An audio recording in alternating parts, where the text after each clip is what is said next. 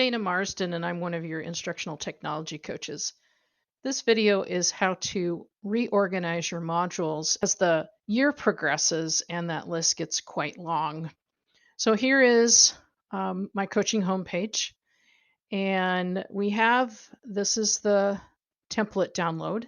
And so is a list of the modules. You may have the buttons, but this is fairly easy to navigate. I just scroll down here and see that, oh, that was last week and this is this week. When students click on the module page, we want to keep the things that they are using most recently or the current week at the top. We're going to leave the resources for families and students page here because that should be at the top so that families know where to go.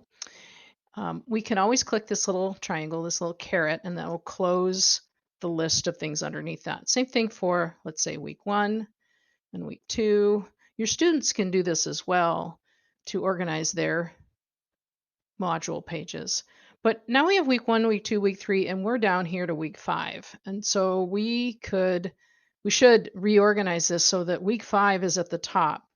And the way to do that is just to grab these little dots here and click and drag. So I'm going to take week 2 and drag it above week 1.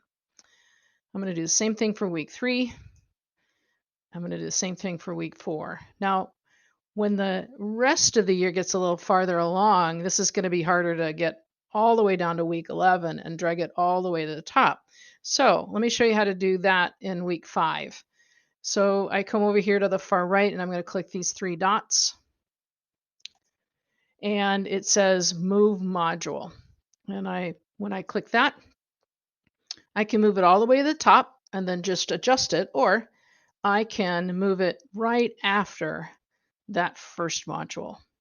And when I click that, it takes the module here and it also brings me to the top too. And so now I can work with this module in this space. And for students and families, if we go to the student view,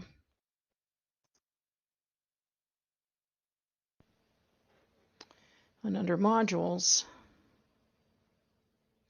we now see resources for family, and we now see week 5 at the top, and last week was next.